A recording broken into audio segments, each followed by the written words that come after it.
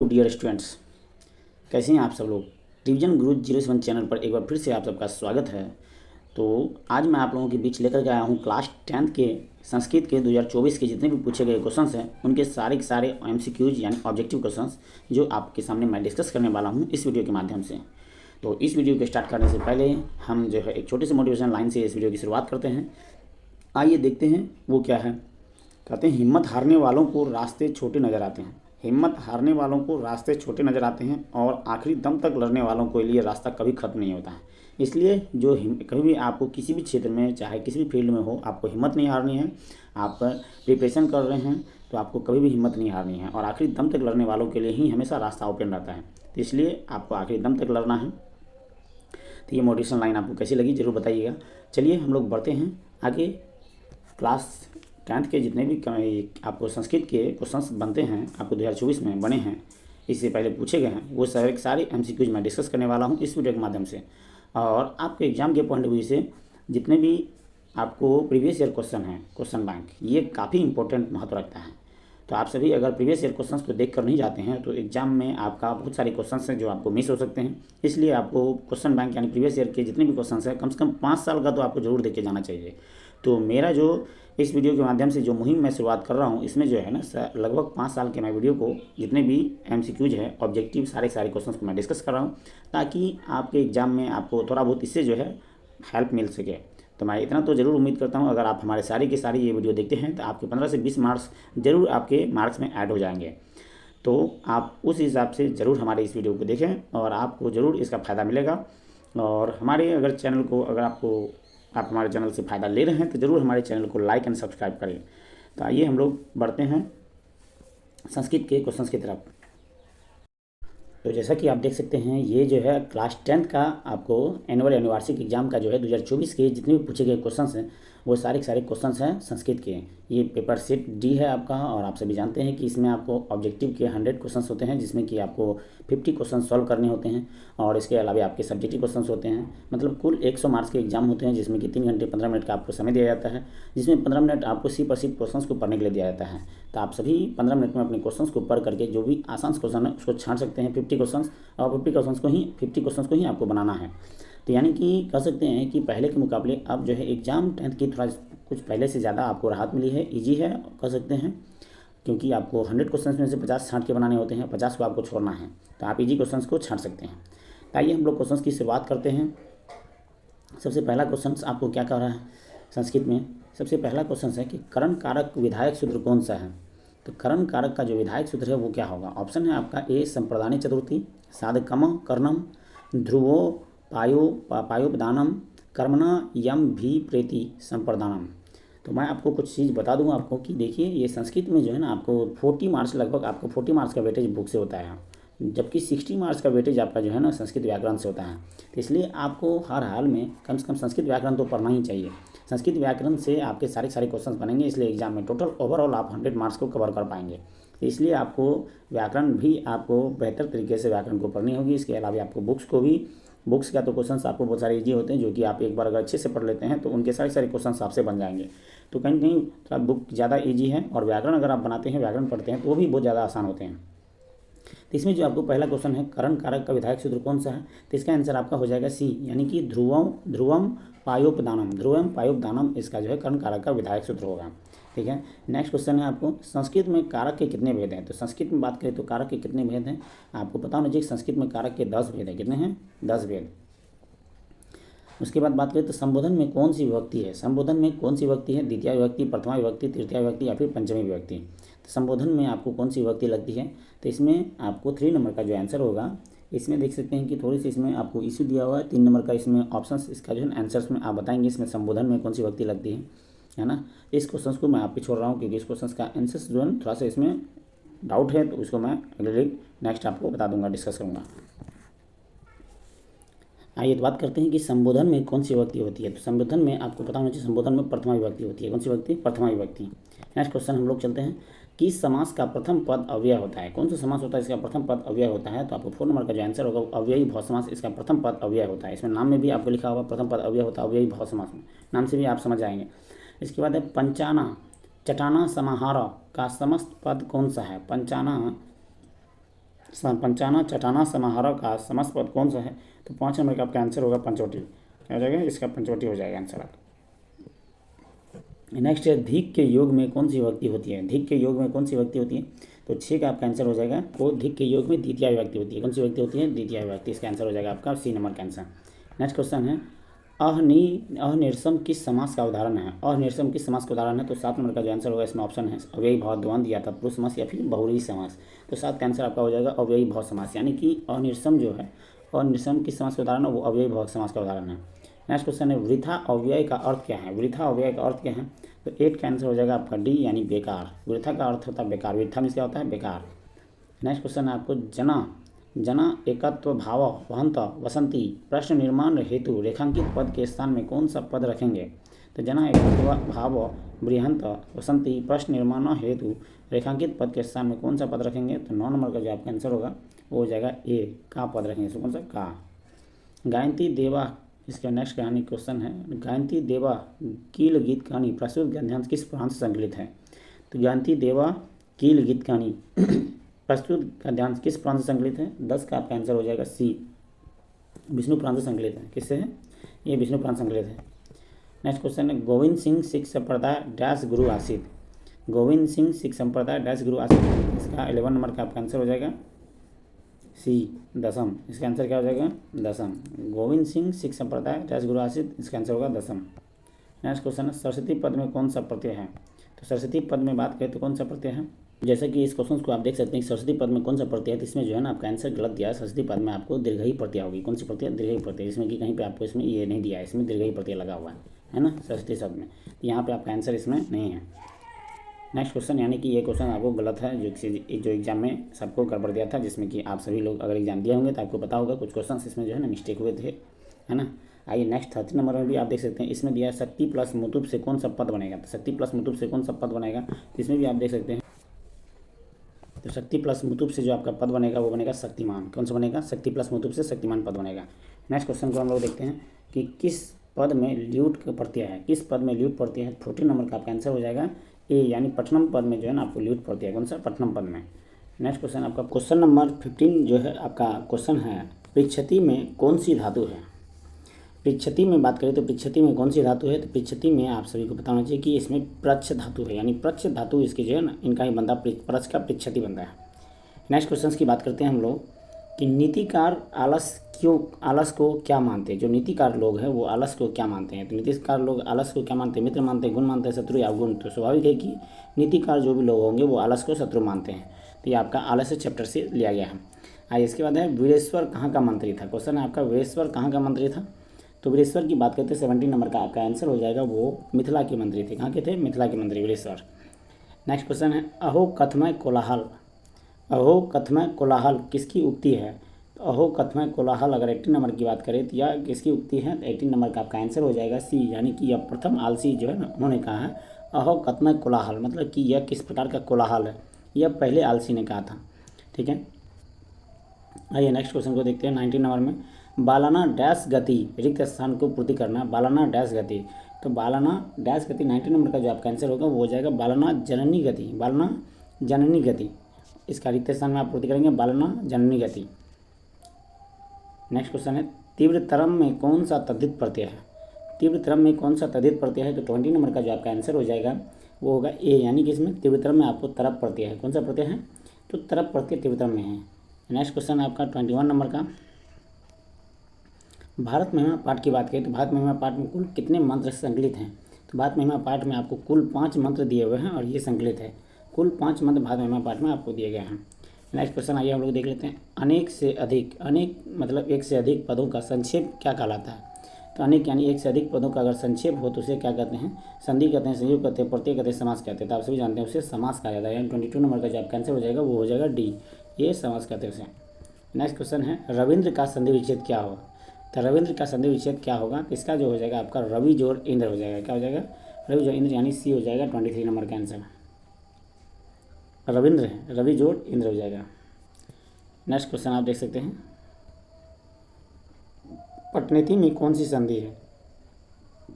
24 number का बात करें तो पटनेती में कौन सी संधि है? तो 24 नंबर का जो आपका आंसर हो जाएगा वो होगा डी, इसमें स्वर संधि है पटनेती। ठीक है। नेक्स्ट क्वेश्चन की बात करते हैं, हर्षई प्लस अ के मेल से कौन सा वर्ण बनेगा। तो आप देख सकते हैं हर्षई प्लस अ के मेल से जो है ना आपको कौन सा वर्ण बनता है, तो 25 नंबर का आपका आंसर होगा य, यानी कि हर्षई प्लस अ के मेल से य बनता है। क्या बनता है, य। नेक्स्ट क्वेश्चन है, 10 आनानी यस्य तस्य का समस्त पद क्या होगा। 10 आनानी यस्य तस्य का समस्त पद क्या होगा, तो 26 नंबर का आपका आंसर होगा बी, यानी दशानन हो जाएगा। क्या हो जाएगा, दशानन। नेक्स्ट क्वेश्चन की ओर हम लोग चलते हैं कि संप्रदान कारक में कौन सी विभक्ति है। तो संप्रदान कारक की हम बात करें तो इसमें 27 नंबर का आपका आंसर होगा सी, इसमें चतुर्थी विभक्ति है। कौन सी विभक्ति है, संप्रदान कारक में चतुर्थी विभक्ति है। आइए अगले क्वेश्चन को देखते हैं कि उन्नयन में कौन सा उपसर्ग है। तो उन्नयन में आप सभी जानते हैं उपसर्ग हमेशा पहले लगता है, तो उन्नयनम में कौन सा उपसर्ग है। तो 28 नंबर का जो आपका आंसर होगा वो होगा सी, यानी उत जोर नयनम होता है उन्नयनम, तो इसे इसमें आपको उपसर्ग लगा हुआ उन्नयनम में। नेक्स्ट क्वेश्चन है, राजा राजन शब्द के किस विभक्ति का रूप है। तो राजा राजन शब्द के किस विभक्ति का रूप है। 29 नंबर का अगर बात करें तो 29 नंबर का आपका आंसर हो जाएगा सी, यानी तृतीय विभक्ति का रूप है राजा राजन। आइए अगले क्वेश्चन पर हम लोग चलते हैं, पा धातु के लट लकार प्रथम पुरुष एक वचन। पा धातु के लट लकार प्रथम पुरुष एक वचन क्या बनेंगे। तो 30 नंबर का आपका आंसर होगा डी, यानी कि पीवती बनेंगे। पा से पीवती बनेंगे, क्या बनेंगे, पीवती। आइए नेक्स्ट क्वेश्चन को हम लोग देखते हैं कि छात्रानाम डैश तप रिक्त स्थान की पूर्ति करना है। तो छात्रानाम डैश तप, तो 21 नंबर का जो आपका आंसर होगा छात्रानाम अध्ययनम तप, मतलब अध्ययन में काफ़ी तप रहे हैं। छात्रानाम अध्ययनम तप, घोर अध्ययन करना पड़ा उसे, ठीक है। नेक्स्ट क्वेश्चन है, विचारों की व्यापकता और समाजोद्धार के संकल्प की दृष्टि से 19वीं सदी के समाजोद्धारकों में प्रमुख कौन थे। विचारों की व्यापकता और समाजोद्धार के संकल्प की दृष्टि से 19वीं सदी के समाजोद्धारकों में सबसे प्रमुख कौन थे। तो 32 नंबर का जो आपका आंसर हो जाएगा वो होगा सी, इसमें कौन होगा, सी, स्वामी दयानंद सरस्वती। समाजोद्धार में संकल्प दृष्टि से 19वीं सदी के समाजोद्धारक वो स्वामी दयानंद थे। आइए अगले क्वेश्चन को देखते हैं, स्वामी दयानंद डैश संस्थापक आसित। स्वामी दयानंद किसके संस्थापक थे, तो वो आर्य समाज के संस्थापक थे। स्वामी दयानंद आर्य समाज के संस्थापक आसित। 33 नंबर का आपका आंसर ए हो जाएगा। नेक्स्ट क्वेश्चन पे हम लोग चलते हैं 34 नंबर पे। तो 34 नंबर का जो है, विग्रोहम अकिस्कर, विग्रहोयम अकिस्कर किनके द्वारा सोचा गया है। तो ये ऑप्शन है आपका मूलशंकर, बिरजानंद, विवेकानंद या फिर रामकृष्ण परमहंस। तो इसकी बात करें तो ये मूलशंकर यानी 34 का ए हो जाएगा, आपको मूलशंकर द्वारा ये सोचा गया है, विग्रहोम अकिस्कर। नेक्स्ट क्वेश्चन है कि आर्य समाज नामक संस्था की स्थापना कब हुई। तो आर्य समाज नामक संस्था की स्थापना की बात करें तो 35 नंबर का आपका आंसर होगा बी, यानी कि 1875 ईस्वी में आपको आर्य समाज नामक संस्था की स्थापना हुई। नेक्स्ट क्वेश्चन है आपका कि नलिनीनम।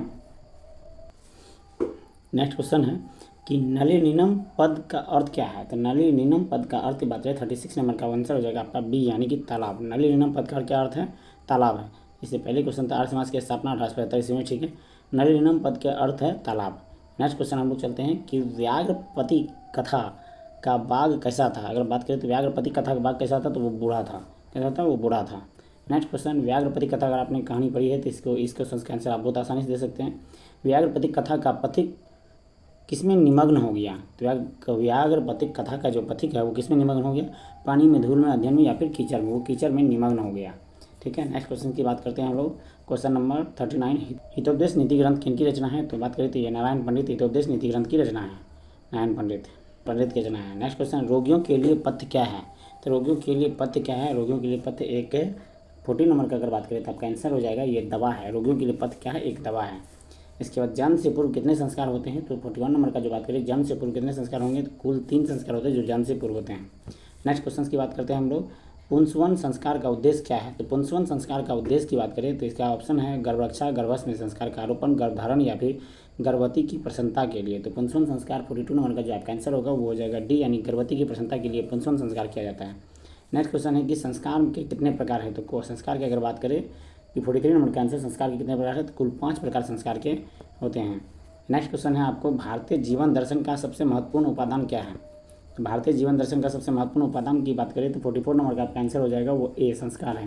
भारतीय जीवन दर्शन का सबसे महत्वपूर्ण उपादान संस्कार है। नेक्स्ट क्वेश्चन है, लाजा होम कर्मकांड किस संस्कार में होता है। तो लाजा होम कर्मकांड की बात करें तो 45 नंबर का आपका आंसर हो जाएगा बी, ये विवाह संस्कार में होता है, लाजा होम संस्कार। नेक्स्ट क्वेश्चन है आपका, ठग प्रत्यय का उदाहरण निम्न में से कौन सा है। ठग प्रत्यय का उदाहरण निम्न में से कौन सा है। तो 40 नंबर का जो आपका आंसर होगा ठग प्रत्यय का उदाहरण कौन सा है? ये 46 नंबर का जो आपका आंसर हो जाएगा वो होगा सी, यानी सामाजिक। ठग प्रत्यय का उदाहरण है सामाजिक। नेक्स्ट क्वेश्चन है 47 में किस पद में तुमुन प्रत्यय है? तो पद किस पद में आपको तुमुन प्रत्यय है? 47 नंबर का आपका आंसर हो जाएगा बी, यानी गंतुम में आपको कौन सा प्रत्यय है? गंतुम में बात करें तो इसमें तुमुन प्रत्यय है। गंतुम में कौन सा प्रत्यय है? तुमुन प्रत्यय है गंतुम में। नेक्स्ट क्वेश्चन है कि गायिका पद में कौन सा स्त्री प्रत्यय है? तो गायिका पद की बात करें तो इसमें कौन सा स्त्री प्रत्यय है? 48 नंबर का जो आपका आंसर होगा वो होगा बी, इसमें आपको टाप प्रत्यय है। गायिका में कौन सा प्रत्यय है? टाप प्रत्यय। नेक्स्ट क्वेश्चन है कि दृश्य धातु के लोट लकार उत्तम पुरुष एक वचन का रूप निम्न में से कौन सा है? दृश्य धातु के लोट लकार उत्तम पुरुष एक वचन के रूप में निम्न में से कौन सा है? तो 49 नंबर का जो आपका आंसर होगा वो हो जाएगा ए, यानी पश्यतु। पश्यतु इसका जो है ना लोट लकार उत्तम पुरुष का एक वचन होता है। नेक्स्ट क्वेश्चन पे आते हैं हम लोग कि लतिया पद में कौन सी विभक्ति है? तो लतिया पद की बात करें तो इसमें कौन सी विभक्ति है? 50 नंबर का आपका आंसर हो जाएगा बी, यानी तृतीय विभक्ति। कौन सी विभक्ति? तृतीय विभक्ति। आइए अगला क्वेश्चन है नारी में कौन सा स्त्री प्रत्यय है? तो नारी की बात करें 51 नंबर का आंसर हो जाएगा आपका सी, यानी इसमें कौन सा प्रत्यय स्त्री प्रत्यय है? तो इसमें आपको डिंग प्रत्यय है। कौन सा? डिंग। नारी में डिंग प्रत्यय 51 नंबर का आपका आंसर हो जाएगा। आइए अगले क्वेश्चन को हम लोग देखते हैं। किम जोड़ तहसील से कौन सा अवयव बनेगा? किम जोड़ तहसील से कौन सा अवयव बनेगा? 52 नंबर का आपका आंसर होगा सी, यानी कुतः यह अवयव बनेगा। कौन सा अवयव बनेगा? कुतः। अगले क्वेश्चन देखते हैं। त्वया पाठ डैश रिक्त स्थान सही विकल्प। त्वया पाठ, इसमें जो आपको रिक्त स्थान में होगा त्वया पाठ स्मृतव्यम, स्मृतव्यम, त्वया पाठ स्मृतव्यम हो जाएगा। रिक्त स्थान की पूर्ति करेंगे इसमें आपका। नेक्स्ट क्वेश्चन पे आते हैं हम लोग। कल्पन राय, कंपन राय का समय क्या था? कंपन राय की समय की बात करें तो 54 नंबर का जो आपका आंसर होगा वो बी हो जाएगा। वो 14वीं शताब्दी में कंपन राय हुआ करते थे। आइए अगले क्वेश्चन को देखते हैं। समाजस्य यानम पुरुषे डैश चलती। समाजस्य यानम पुरुषे डैश चलती। तो 55 नंबर का जो आपका आंसर होगा वो हो जाएगा डी, यानी कि समाजस्य यानम नरभि च चलती। समाजस्य यानम पुरुषे नरभि च चलती। आइए अगले क्वेश्चन है। लौकिक संस्कृत साहित्य में कवित्रियों के कितने पद स्फुट रूप से यत्र तत्र मिलते हैं? तो लौकिक संस्कृत साहित्य में कवित्रियों के कितने पद स्फुट रूप से यत्र तत्र मिलते हैं? 56 नंबर का जो आपका आंसर होगा वो हो जाएगा बी। वो क्या हो जाएगा? बी, यानी कि 150 ऐसे कवित्रियों के पद हैं जो स्फुट रूप से यत्र तत्र कहीं कहीं मिल जाते हैं। नेक्स्ट क्वेश्चन है कि नरक के कितने द्वार हैं? तो 57 नंबर का जो आपका आंसर हो जाएगा नरक के कितने द्वार हैं? कुल 3 द्वार नरक के होते हैं। कितने? 3 द्वार, ऐसी मान्यता है। जही किस धातु का रूप है? तो जही की बात करें 58 नंबर का जो आपका आंसर होगा वो बी हो जाएगा हन। जही हन, यानी कि हन धातु का रूप है। इसके बाद अगला क्वेश्चन। नदी शब्द का रूप चतुर्थी विभक्ति एक वचन में क्या होगा? तो नदी शब्द का रूप चतुर्थी विभक्ति एक वचन में 59 नंबर का आंसर हो जाएगा सी, नद्य होगा। नद्य।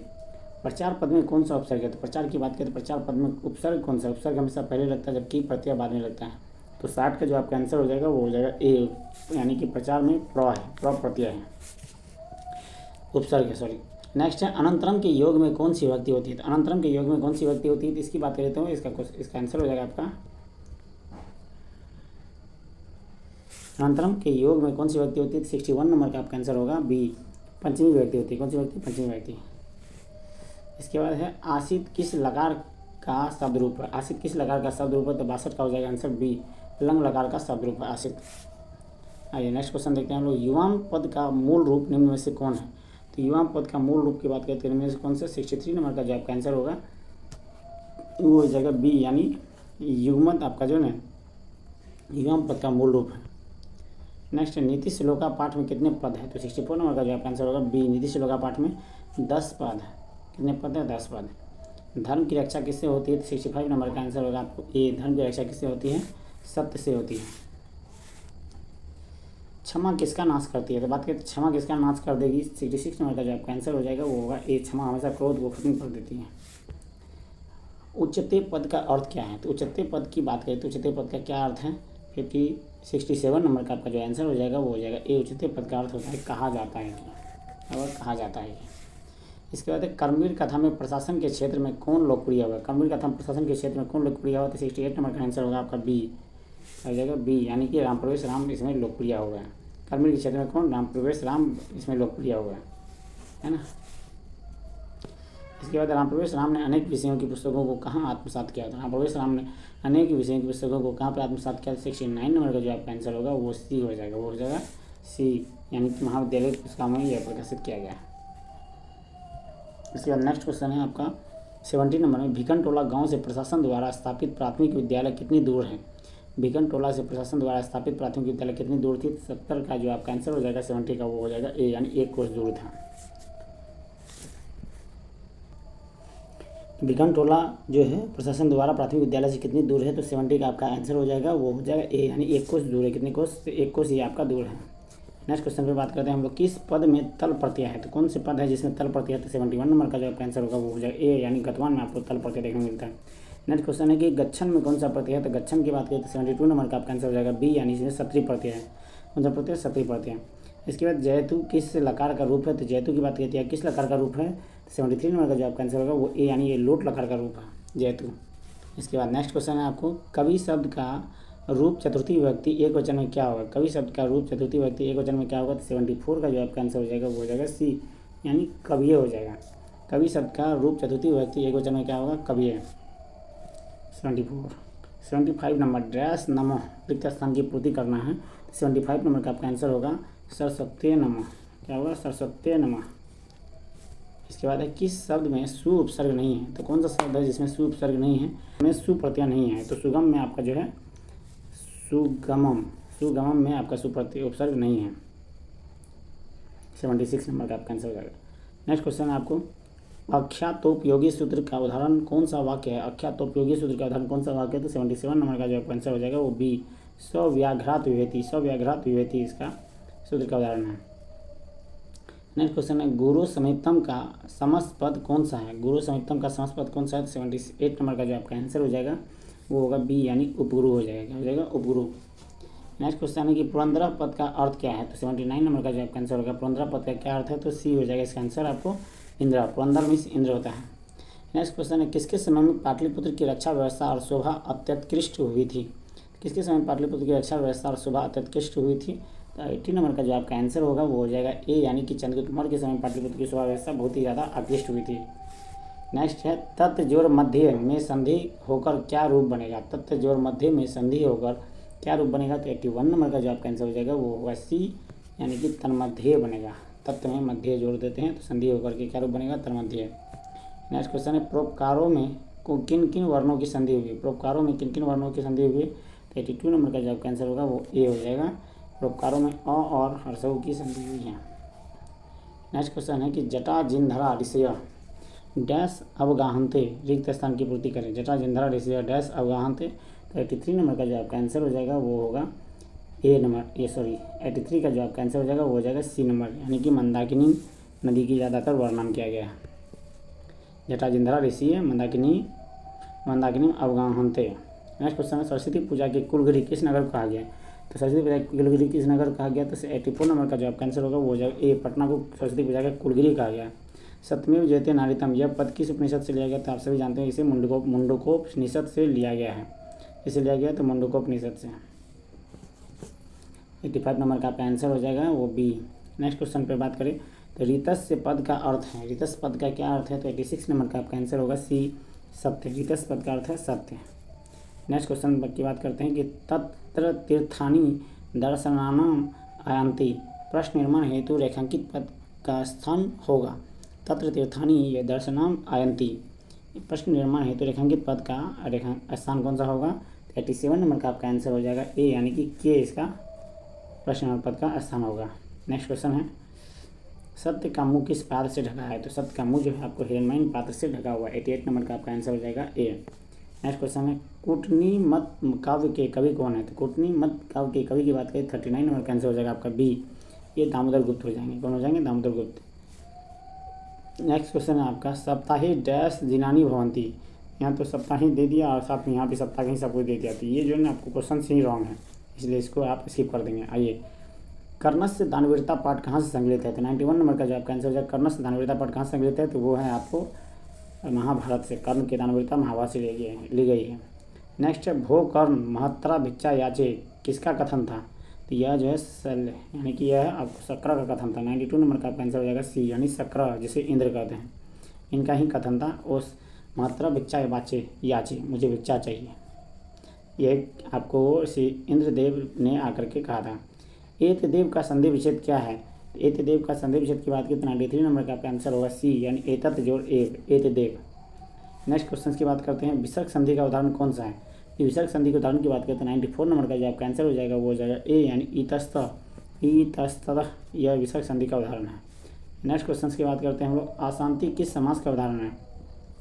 तो अशांति की बात करती है किस समास का उदाहरण है, इसका आंसर हो जाएगा आपको डी, नंग समास का उदाहरण। अशांति नंग समास का उदाहरण हो जाएगा। नेक्स्ट क्वेश्चन है आपको, स के योग में कौन सी विभक्ति होती है। तो स के योग की बात करते हैं इसमें कौन सी विभक्ति होती है, 96 नंबर का आपका आंसर होगा बी, यानी कि इसमें तृतीया विभक्ति होगी। स के योग में तृतीया विभक्ति होती है। नेक्स्ट क्वेश्चन पर हम लोग चलते हैं, अवेरेन करुणया मैत्री भवेन च डैश शांति भवती, रिक्त स्थान की पूर्ति करें। तो 97 नंबर का आपका आंसर हो जाएगा ए, यानी कि वैरस अरु एवेरेन करुणमया मैत्री भवेन च वैरस्य शांति भवती। नेक्स्ट क्वेश्चन है आपको 98 नंबर में, न्याय दर्शन के प्रवर्तक कौन है। न्याय दर्शन के प्रवर्तक जो है आपको गौतम है। 98 नंबर का जो आपका आंसर होगा वो डी हो जाएगा, कौन होगा, गौतम। इसके बाद किस पद में अति उपसर्ग नहीं है। तो कौन सा पद इसमें अति उपसर्ग, इसमें अति जो अधिक, अतिशय, अतिवृष्टि, अतिथि यहाँ पे आ जाएगा आपको 99 नंबर का आपका आंसर हो जाएगा बी, यानी कि इसमें अतिथि में कोई खास इसका उपसर्ग नहीं है। Next last and first question इस वीडियो का आपका है कि ये अधि उपसर्ग पूर्वक वश धातु के प्रयोग होने पर आधार की संज्ञा क्या होती है, करण, संप्रदाय, कर्म या आपदान। यानी कि अधि उपसर्ग वश धातु के प्रयोग होने से आधार की संज्ञा क्या हो जाएगी। तो ये हो जाएगा 100 नंबर का आपका आंसर। इसका भी थोड़ा सा आपको एक सस्पेंशन आंसर है, तो इसका आंसर मैं आप लोगों के ऊपर छोड़ता हूँ कि आप इसका आंसर जरूर जवाब दें इस बॉक्स में, ठीक है। तो इस प्रकार आपका जो है ना ये सारे 100 वीडियो हैं, 100 क्वेश्चन हैं जो MCQ जो 2024 में सारे संस्कृत के क्वेश्चन पूछे गए थे, उन सब का मैं डिस्कशन किया हूँ। तो आप सभी लोग जो भी व्यक्ति हमारे इस चैनल पर नए हैं तो हमारे चैनल को सब्सक्राइब कर लीजिए और आपको बेल आइकन को क्लिक कर लीजिए ताकि समय समय पर आपको नोटिफिकेशन मिलता रहे और हमारा इस चैनल का लाभ आप ले पाएँ। तो मैं ये जो सीरीज़ चालू किया हूँ इसमें आपको 10th और इंटर दोनों के प्रीवियस ईयर सेशन का सीरीज़ चालू किया, जिसमें 10th का बहुत सारा हो चुका है, जबकि इंटर के जो है बहुत सारे जो है सीरीज़ मैं स्टार्ट किया हूँ, वो भी जल्द से जल्द आपको जो है ना सभी टॉपिक वाइज जल्द से जल्द उसमें प्रोवाइड किया जाएगा। तो जो भी छात्र आपको इन सारे वीडियो से लाभ ले रहे हैं तो जरूर हमारे चैनल को लाइक एंड सब्सक्राइब जरूर करें। हमारे चैनल का नाम है रिवीजन गुरु 07। चलिए तो मिलते हैं आपसे अगली वीडियो में, तब तक के लिए धन्यवाद।